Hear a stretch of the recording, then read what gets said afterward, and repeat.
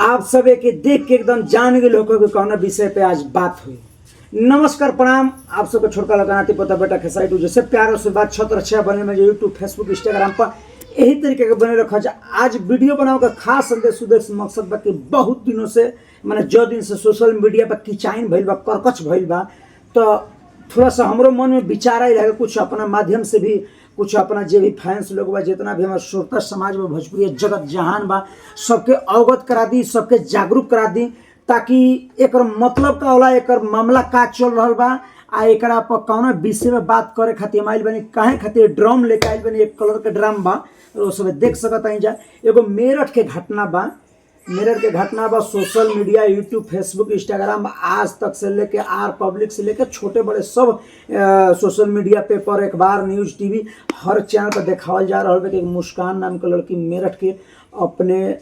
पति का कत्ल कर दी है। इस ड्राम लाई है खरीद कर बाजार से और बाजार से खरीद कर लेकर आई है अपने प्रेमी के साथ मिल करके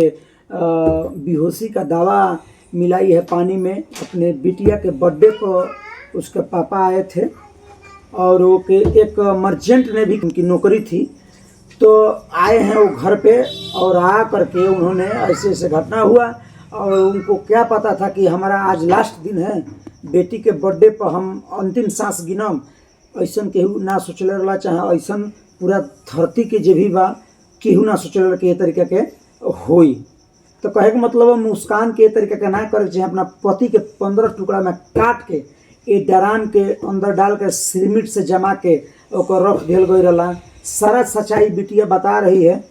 कि ऐसे ऐसे पापा के साथ हुआ है ऐसे मम्मी की है अंकल आए हैं तो ऐसे हुआ है। तो कहे के मतलब बा कि हम ये चाह वीडियो हमारे प्रसारित करके माध्यम बा कि ड्राम के दिखा कर वो सब हम ये साबित कर चाहते हैं ये कहल चाहते हैं कि एक कलर ड्राम से डराए का आवश्यकता ना बा चाहे कोनो औरत से डराए का आवश्यकता ना बा।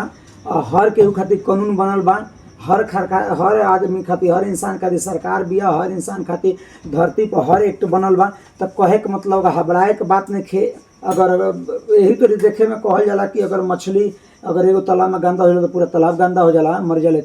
तो कहे के मतलब वही तरीके कुछ देश में हो चुके मेरठ के घटना बा। दिल दहरा देवे खबर आई को माई पर का बीतत हुई बाप पर का बीतत हुई वो भाई भौजाई पर का बीतत हुई कि जरा से भी लड़की को शर्म ना आई कि ताकि अपना प्रेमी के साथ मिल के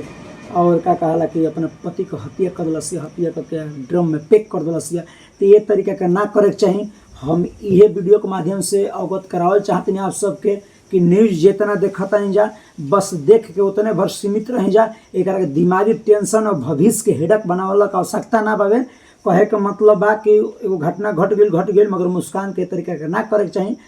कोर्ट के प्रक्रिया बा न्यायालय के प्रक्रिया बा ये प्रशासनिक प्रक्रिया बा ये सरकारी प्रक्रिया बा तो जांच के बाद पता कुछ चली देखी का निकल के होता सामने का होता बशर्ते न्यूज के माध्यम से जौन होने के देखता है जौन समझता है जौन वो पढ़ल लिखल देखता है तौन रोज सबके बतावता नहीं। तो हम ये कह के केहू अपना पत्नी के दिक्कत में ना डाली या कोनो पत्नी भी अपना पति के दिक्कत में ना डाली लो। प्रेम से रहे के बा प्रेम से अपन बैठे के उठे के बा खाए के बा ना कि अब एगो घटना गई तो मर्द के डराम देखा के हड़काव पैसा निकालो तो ये करूँगा वो करूँगा वो फ्रेंड रखूँगा तो मोबाइल नंबर बदलूँगा ये तरीका समाज में ना खोचे। हमने के समाज बहुत साफ सुथरा स्वच्छ है तो कहे के मतलब पत्नी का हमेशा धर्म होकर चाहिए कि अपना पति के सेवा करे के चाहिए श्री राम की तरह पूजे के चाहिए और उसी तरीका से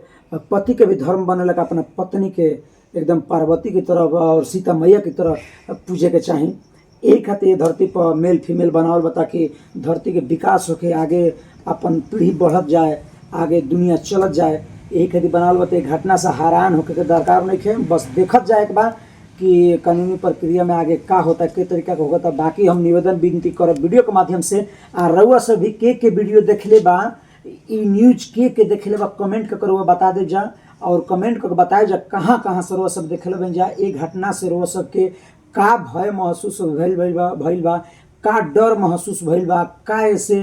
परेशानी हो का तकलीफ कमेंट में बताओ तो कमेंट के माध्यम से वो सब बताओ जाए तो नेक्स्ट वीडियो वो सब के दिया जाए। बाकी बहुत सारा रील वगैरह हम अपलोड कैले बनी वो सब देखब जा खेसारी टू डिजिटल पर, फिर से फेसबुक आईडी पर खेसारी टू प्रीति सिंह गुड़िया पे,